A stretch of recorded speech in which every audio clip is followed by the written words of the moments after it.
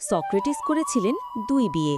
প্রথম স্ত্রী জ্যান্থিপি সুন্দরী ছিলেন বটে, কিন্তু মুখে ছিল বিষ আর চোখে আগুন। সক্রেটিসের ঘরে ঝগড়া লেগেই থাকত। সারাদিন জ্ঞান বিলয় লোকটা, বিনিময়ে একটি কড়িও নেন না।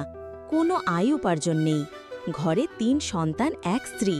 এর উপর করেছেন দ্বিতীয় বিয়ে, মিট্টু নামের এক মেয়েকে। বাপের কিছু সম্পদ আছে তার।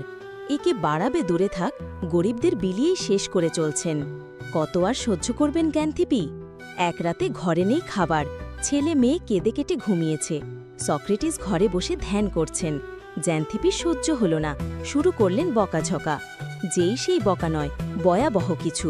সক্রেটিস নীরবে ঘর থেকে বেরিয়ে গেলেন। বাইরে এসে চাঁদের আলোয় শুরু করলেন বই পড়া।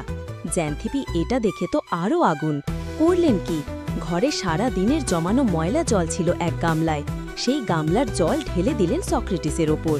সক্রেটিস রাগ করলেন না, বরং হেসে বললেন, এ তো গুরুগম্ভীর মেঘের গর্জনের পরে এক পশলা বৃষ্টি না হলে কি আর শোভা পায়? গ্রীষ্ম হোক আর শীত হোক, সক্রেটিসের গায়ে থাকত একটাই কোট। সব ঋতুতে এটাই পরতেন। অন্য কোনো জামা ছিল না তার, পায়ে ছিল না কোনো জুতা।